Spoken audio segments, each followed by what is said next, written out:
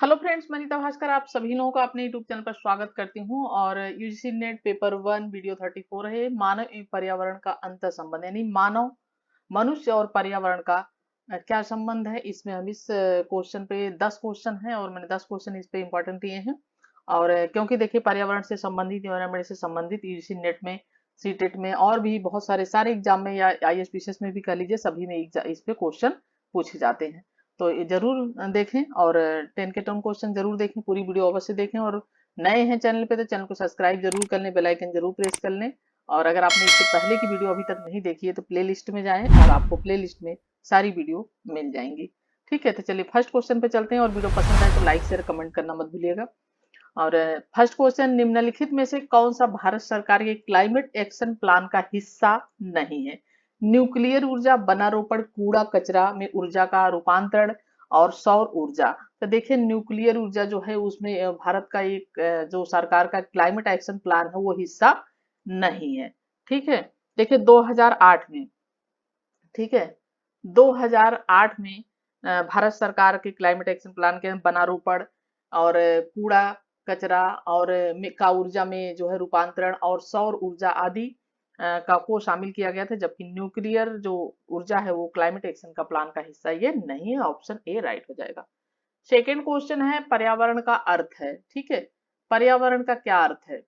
मानवीय परिवेश, प्राकृतिक परिवेश, जलवायु, भूमि, वनस्पतियों प्राणियों के मध्य अंतः संबंध, इनमें से कोई नहीं। ठीक है, तो देखिए पर्यावरण का अर्थ एक तरीके से जलवायु, भूमि, वनस्पति और प्राणियों के अंदर जो आपस में अंतर संबंध होता है उसमें विद्यमान होते हैं। और दूसरे शब्दों में कह सकते हैं कि पर्यावरण जो है उन सभी भौतिक, रासायनिक, ठीक है क्या, उन सभी, ठीक है, भौतिक और रासायनिक, ठीक है, रासायनिक और जैविक कारकों की क्या है, ये समष्टिगत इकाई मानी जाती है। और जो किसी भी जीवधारी या परितंत्रीय जो आबादी है उसको क्या करती है, प्रभावित करती है पर्यावरण, और उनके रूप, जीवन और क्या करती है, जीवितता को उसको तय करती है। तो राइट ऑप्शन हो जाएगा ऑप्शन सी, जलवायु, भूमि, वनस्पतियों और प्राणियों के मध्य अंतर संबंध। ऑप्शन सी राइट हो जाएगा। ठीक है, थर्ड क्वेश्चन है, क्योटो प्रोटोकॉल। क्या इंपॉर्टेंट क्वेश्चन है, यूसीटी में हमेशा पूछा जाता है और भी एग्जाम में एक क्वेश्चन इंपॉर्टेंट है। तो क्योटो प्रोटोकॉल क्या है? यह ग्लोबल वार्मिंग को कम करने हेतु प्रयत्न करने के लिए देशों के बीच एक समझौता है। बी ऑप्शन है, यह अम्ल वर्षा को कम करने हेतु प्रयत्न करने के लिए देशों के बीच एक समझौता है। सी है, यह प्रदूषण को नियंत्रित करने हेतु पौधे लगाने के लिए प्रयत्न करने के लिए देशों के बीच एक समझ है आपसी। या यह परमाणु ऊर्जा का उपयोग करने के लिए शुरू करने के लिए देशों के बीच एक समझौता है। तो क्योटो प्रोटोकॉल क्या है? ऑप्शन ए राइट हो जाएगा। ठीक है, क्योटो प्रोटोकॉल क्या है? यह ग्लोबल वार्मिंग को कम करने हेतु प्रयत्न करने के देशों के बीच क्या है, ये समझौता है। ऑप्शन ए राइट हो जाएगा। देखिए ग्रीन हाउस उत्सर्जन में अनियंत्रित वृद्धि हो रही है, तापमान में वृद्धि हो रही है, आप देख रहे हैं। तो इसके लिए 11 दिसंबर 1997 में जापान के क्योटो शहर में, कहाँ पे, जापान में है ये, ठीक है, जापान के क्योटो शहर में, कब, 11 दिसंबर, ठीक है, कभी कभी डेट भी पूछ लेता है। तो दिसंबर 1997। तो ये जो है ये एक कानूनी समझौता हुआ था, और जिसके तहत संधि में शामिल 37 विकसित जो देश थे सामूहिक रूप से ग्रीन हाउस उत्सर्जन को इन्होंने 1990 के स्तर पर लाने के लिए और 2008, 12 और कटौती करने का इसमें प्रावधान चल रहा है। नरेंद्र मोदी जी ने भी, हमारे प्रधानमंत्री जो हैं, उन्होंने भी इसमें काफी कोशिश की है कि इसको ग्रीन हाउस उत्सर्जन को कम किया जाए। ठीक है, तो ये जो है ऑप्शन ए इसमें राइट हो जाएगा, ग्लोबल वार्मिंग को कम करने के लिए एक समझौता, क्योटो प्रोटोकॉल। फोर्थ क्वेश्चन है, एक मोर सांप खाता है, ठीक है, जो पादपों पर पनप रहे कीटों का भक्षण करता है। मोर क्या है? ठीक है, क्या है मोर? प्राथमिक उपभोक्ता कहा जाएगा या प्राथमिक अपघटक या अंतिम अपघटक या खाद्य शीर्ष का, ये जो है खाद्य स्तूप का शीर्ष। ठीक है, तो देखिए एक मोर क्या है, वो सांप खाता है, और जो पनप रहे कीट हैं उसका वो भक्षण करता है। तो इसको क्या कहेंगे? ऑप्शन डी हो जाएगा, खाद्य स्तूप का जो शीर्ष है ओ है। ठीक है, जैसे किसी परितंत्र में उत्पादक, पहला क्या होता है, उत्पादक होता है। ठीक है, पहला क्या होता है, उत्पादक होता है। तो उत्पादक के उच्च उपभोक्ताओं को खाद्य पदार्थों या खाद्य ऊर्जा के स्थानांतरण के क्रमबद्ध प्रवाह की प्रत को क्या कहते हैं, खाद्य श्रृंखला कहते हैं। ठीक है, खाद्य श्रृंखला इसे कहते हैं।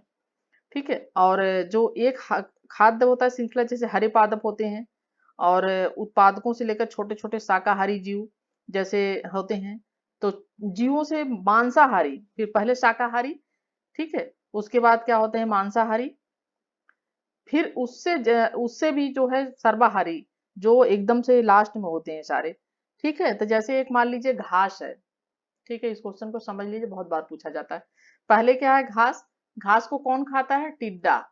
ठीक है, टिड्डा घास को खाता है। ठीक है, पहला उत्पादक है घास, फिर टिड्डा है प्राथमिक उपभोक्ता, फिर इसको टिड्डे को कौन खाता है, मेढक खाता है। ठीक है, मेढक क्या हो जाएगा, द्वितीयक उपभोक्ता। फिर मेढक को कौन खाता है, सांप खाता है। सांप मांसाहारी में आएगा, और सांप मेढक को खाता है, और सांप को कौन खाता है, मोर खाता है। ठीक है, आप जानते होंगे। तो इस तरीके से ये इसका वो बन जाता है। घास को होता है उत्पादक, फिर टिड्डा खाता है, फिर टिड्डे को मेढक खाता है, ये प्राथमिक उपभोक्ता है, द्वितीय उपभोक्ता, तृतीय उपभोक्ता, ये सर्वाहारी में आ जाएगा। तो इसलिए मोर जो है वो क्या है, एक खाद्य जो स्तूप है, उसका ये शीर्ष में आ जाता है। ठीक है, तो इस तरीके से इस क्वेश्चन को आप समझ सकते हैं। और कई पीसीएस वगैरह में कई बार इस तरीके से पूछता है कि इसमें आपको अब जो है लगाना पड़ता है, इसमें पूरा क्रम दिया रहता है कि ऐसे कैसे बनेगा इसका। तो ये इंपॉर्टेंट क्वेश्चन है, और डी ऑप्शन राइट हो जाएगा। ठीक है, फिफ्थ क्वेश्चन है, निम्नलिखित कथनों पर विचार करें। जैव विविधता समृद्ध क्षेत्रों का दिन का तापक्रम 15 सेंटीग्रेड से 28 सेंटीग्रेड के बीच तथा वार्षिक जो वर्षा होती है 120 सेंटीमीटर से कम होती है। जैव विविधता समृद्ध क्षेत्रों का दिन का तापक्रम 18 सेंटीग्रेड से 32 सेंटीग्रेड तथा स्थान जो वार्षिक वर्षा होती है वो 150 सेंटीमीटर से अधिक होती है। अधिक ऊंचाई वाले जो थर्ड पॉइंट है, क्षेत्रों की जैव विविधता कम होती है। ठीक है, उपरोक्त कथन जो है उसमें से कौन से सही है, तो 2 और 3 जो होंगे वो सही हो जाएंगे। एक, जैव विविधता समृद्ध क्षेत्र दिन का तापक्रम 18 सेंटीग्रेड से 32 सेंटीग्रेड तथा वार्षिक वर्षा जो होती है वो 150 सेंटीमीटर से क्या होती है, अधिक होती है।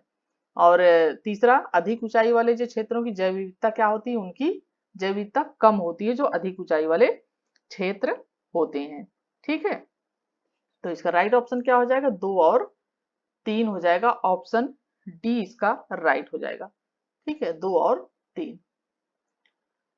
सिक्स क्वेश्चन है, निम्नलिखित ईंधनों में से कौन न्यूनतम पर्यावरणीय प्रदूषण उत्पन्न करेगा, यानी कम से कम कौन सा इसमें है जो ईंधन है ये, वो कौन है जो ये कम उत्सर्जन करेगा, पर्यावरण के लिए प्रदूषण का काम कम करेगा। हाइड्रोजन, डीजल, मिट्टी का तेल। देखिए, कोयला बहुत ज्यादा प्रदूषण करता है, मिट्टी का तेल भी बहुत अधिक करता है, डीजल भी करता है।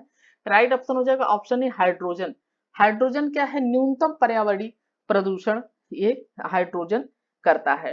देखिए, हाइड्रोजन जो है गैर परंपरागत ऊर्जा व नवीकरणीय ऊर्जा कहा जाता है इसे, और हाइड्रोजन ऊर्जा का सबसे शक्तिशाली स्रोत होता है।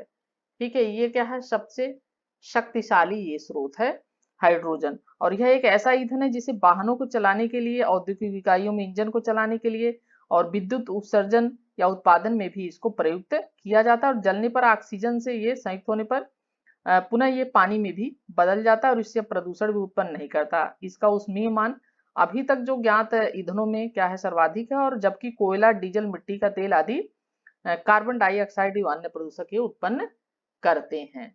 ठीक है, ठीक है, कार्बन डाइऑक्साइड ये उत्पन्न करते हैं, और अन्य भी प्रदूषण इससे उत्पन्न होता है, डीजल से, मिट्टी के तेल से, कोयला से। और बहुत इंपॉर्टेंट क्वेश्चन है, कई बार मैंने टेट के एग्जाम में भी देखा है क्वेश्चन, और पीसीएस में ये 2000 उसमें 17 में क्वेश्चन आया हुआ था। तो ये वह इंपॉर्टेंट क्वेश्चन है, घूम फिर के आता रहता है क्वेश्चन, तो जरूर ध्यान दें, हर एग्जाम के लिए इंपॉर्टेंट है। सेवंथ क्वेश्चन है, निम्नलिखित अभिकथनों पर विचार करें। ए है, पृथ्वी हरितगृह ग्रीन हाउस प्रभाव के बिना सुरक्षित रहेगी। बी, हरितगृह का प्रभाव मुख्य अवदान कार्बन डाइऑक्साइड से आता है। सी है, पृथ्वी की जलवायु मानव के पृथ्वी पर आने के पूर्व भी बदलती रहती थी।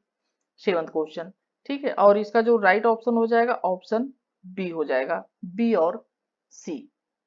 ठीक है, हरितगृह का प्रभाव मुख्यतः कार्बन डाइऑक्साइड से आता है और पृथ्वी की जलवायु मानव के पृथ्वी के जाने के पूर्व भी ये बदलती रहती थी। तो बी और सी दोनों इसमें सही हैं। देखिए, ग्रीन हाउस प्रभाव या हरितगृह प्रभाव एक प्राकृतिक प्रक्रिया है जिसके द्वारा किसी ग्रह या उपग्रह के वातावरण में क्या होता है, मौजूद कुछ गैसें होती हैं जो वातावरण के तापमान को क्या करती हैं, अपेक्षाकृत अधिक बनाने में मदद करती हैं। ठीक है, क्या करती हैं, मदद करती हैं। और इन ग्रीन हाउस गैसों में कार्बन डाइऑक्साइड, ठीक है, मुख्य योगदान इनका होता है। मीथेन, जल वाष्प आदि भी इसमें शामिल होते हैं। और यदि ग्रीन हाउस प्रभाव नहीं होता तो शायद ही पृथ्वी पर क्या होता, जीवन होता, अगर ग्रीन हाउस प्रभाव नहीं होता। ठीक है, तो ये सारी चीजें इंपॉर्टेंट होती है। और पृथ्वी का जो औसत तापमान 18 जो है सेल्सियस होता है, न कि वर्तमान 15 सेल्सियस। तो राइट ऑप्शन क्या हो जाएगा, ऑप्शन बी और सी हो जाएगा। ठीक है, 8 क्वेश्चन है। नदियों में निम्नलिखित में से किसको प्रदूषण का प्रमुख स्रोत माना जाता है? ताप विद्युत संयंत्र, अविनियत लघु स्तरीय उद्योग, अशोधित वाहित मल, कृषि, वाह। ठीक है, और इसमें राइट ऑप्शन क्या हो जाएगा, ऑप्शन सी हो जाएगा। ठीक है, अशोधित वाहित मल, ये जो सबसे अधिक प्रदूषण उससे उत्पन्न होता है। और ये जो है बहुत ही मतलब नुकसानदायक है ये। ठीक है, और इसमें देखिए फैक्ट्रियां आदि होती हैं, उनका भी इसमें पानी जाता है नदियों को, जो ही बहुत ही प्रदूषित ये करती हैं। ठीक है, ये भी क्वेश्चन इंपॉर्टेंट है। 9th क्वेश्चन है, ग्रामीण घरों में नाइट्रोजन ऑक्साइड प्रदूषण का स्रोत हो सकता है। धूम्र विकास की सुविधा रहित गैस चूल्हा, लकड़ी चूल्हा, मिट्टी के तेल वाले हीटर। ठीक है, जो स्टोव आदि इस तरीके से होते थे, मिट्टी के तेल से जलाए जाते थे। तो राइट ऑप्शन क्या हो जाएगा इसका, ऑप्शन हो जाएगा सी, फर्स्ट, सेकंड और थर्ड। ठीक है, फर्स्ट, सेकंड और थर्ड क्या है, उत्तर हो जाएगा, तीनों ही उत्तर हो जाएगा। तो नाइट्रोजन ऑक्साइड और ये ईंधन जैसे डीजल, कोयले के दहन से क्या करते हैं, प्रदूषित धुएं का मुख्य अवयव है, ये घटक है ये। और ये है नाइट्रोजन ऑक्साइड प्रदूषण का स्रोत हो सकता है। तो तीनों ही ये इसमें आते हैं। ठीक है, 10 क्वेश्चन और लास्ट क्वेश्चन है, निम्नलिखित में से कौन सा उपागम मानव पर्यावरण अनुक्रिया की समस्या से सर्वाधिक व्यापक उपागम है संबंधित? प्राकृतिक संसाधन संरक्षण उपागम, शहरी औद्योगिक समृद्धि उन्मुख उपागम, ग्रामीण कृषि समृद्धि उन्मुख उपागम, या वाटरशेड विकास उपागम। और राइट ऑप्शन हो जाएगा ऑप्शन डी, वाटरशेड विकास उत्पादन। देखिए, मानव पर्यावरण अनुक्रिया की समस्या वह होती है जब मानव पर्यावरण में उपस्थित संसाधनों का क्या करता है, दोहन करता है। जैसे हम क्या करते हैं, पानी का अधिक उपयोग करते हैं, पानी को बहाते हैं और ज्यादा अधिक खर्च करते हैं, पेड़ों को काट रहे हैं, पहाड़ों को काट रहे हैं। तो हम क्या कर रहे हैं, एक तरीके से जो प्राकृतिक हमारे संसाधन है, नदियों से लोग रेत बालू निकालते हैं और इलीगल तरीके से, पेड़ों को काटा जा रहा है इलीगल तरीके से। तो बहुत सारे काम ऐसे करते हैं। हम क्या करते हैं, प्राकृतिक ही हमारे संसाधन है, ये हमें इस तरीके से हमें हम एक दिन खत्म हो जाएंगे। इस तरीके से हम अगर इनका उपयोग करते रहे, ग्लोबल वार्मिंग जो है वो भी इसी वजह से हो रही है कि हम प्राकृतिक संसाधनों का बेतरकीब तरीके से हम उनका उपयोग कर रहे हैं। ठीक है, पेड़ लगा तो रही ना, हम काटे और जा रहे हैं, तो कैसे जो है सब कुछ ठीक रहेगा। तो ये है, तो ये जो संसाधनों का दोहन कर, जिसके फलस्वरूप क्या होता है, समस्या का जन्म होता है जब दोहन करेंगे। इस समस्या को रोकने के लिए मानव द्वारा अनेक योजना युक्तियों का निर्माण किया जा रहा है, जैसे वाटर शेड विकास उगाम। इस योजना के तहत पानी की युक्तिपूर्ति उपयोग किया जाता है इसके योजना के अंतर्गत। ठीक है, तो अधिक पानी न बहाएं, अधिक पेड़ न काटें, पर्यावरण संरक्षण में अपना अमूल्य योगदान दें।